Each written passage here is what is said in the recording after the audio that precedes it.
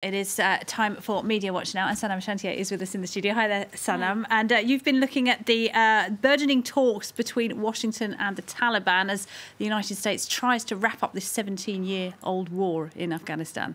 Indeed, I have. And I've been taking a look at, Laura, the media outlets that have been covering it inside the country. I want to start with this outlet, which is called Hashta Sob. It means 8 o'clock in the morning in English, and it's known to be one of the more independent outlets in the country, if you like. And they're going with a story this Thursday about Afghan officials, and this is something that we've heard from across the spectrum, saying that the Trump administration, despite having signaled its long-term commitment to the country, is now pulling out without giving a second thought about the implications that it's going to have.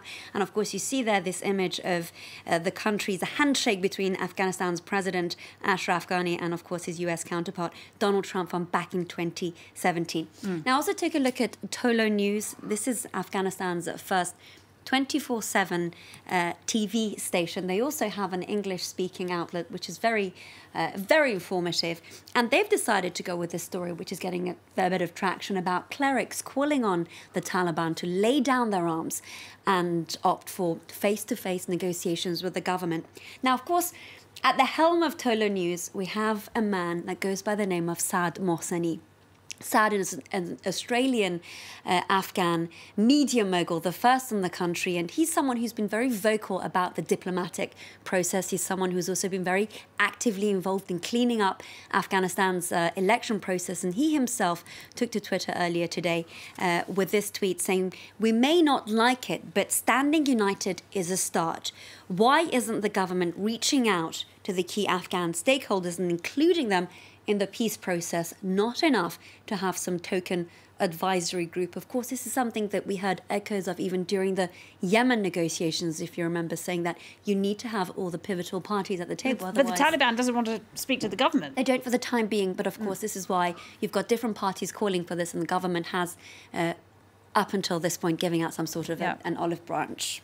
And the Washington's been really pursuing that diplomatic process, which started, of course, in Qatar. And Qatar, yes. Remains to be seen how it will unveil. The Afghan president, I know, has urged caution moving forward. But, I mean, what can we hope to get from this? Because even if they are a success, I mean, what will that mean for the Afghan people who have suffered terribly over the past Laura, 17 something years? that's slightly being overlooked now is that, and there's an important piece about this in Human Rights Watch, which is taking a look at the fact that there is a fear that a peace agreement may not necessarily mean peace for the women of the country, delves into how women under the Taliban suffered. Of course, you have to remember during that time, this is just an image of the negotiations you can see on that side of the table, men only from the Afghan side at the time.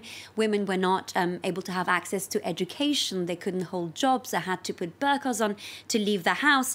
And while there's a lot of publicity around the fact that the group's views towards women have marginally improved, women are still very much repressed in the country. And of course, since the US talks of withdrawal, a lot of Afghan officials have been getting this big question, you know, what's going to happen to a lot of the minority groups, including women, after the withdrawal? Now, here with NPR, voila, we have an interview with the Afghan ambassador to the US, a woman who goes by the name of Roya Rahmani, saying she doesn't actually believe that the country could fall back.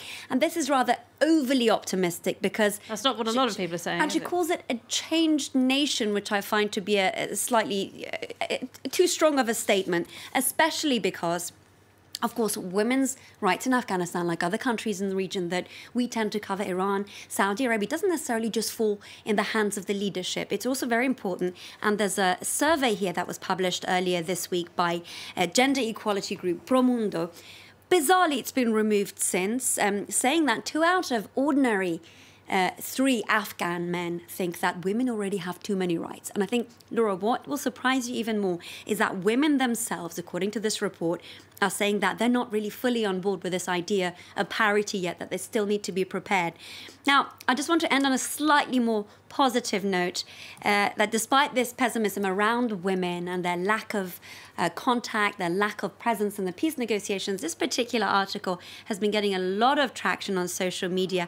It's about a woman that goes by the name of Mariam Wardak. She has both her feet in the two different worlds. So she actually spent a large part of her life in Afghanistan, but grew up in the US. She was very much politically involved.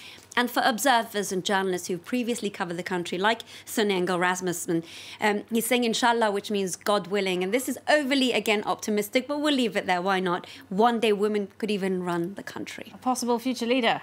You heard it here. May not be, but let's hope for yes, it. It would be nice to see one day, wouldn't it? No one is expecting Afghanistan to turn into Sweden overnight, are we?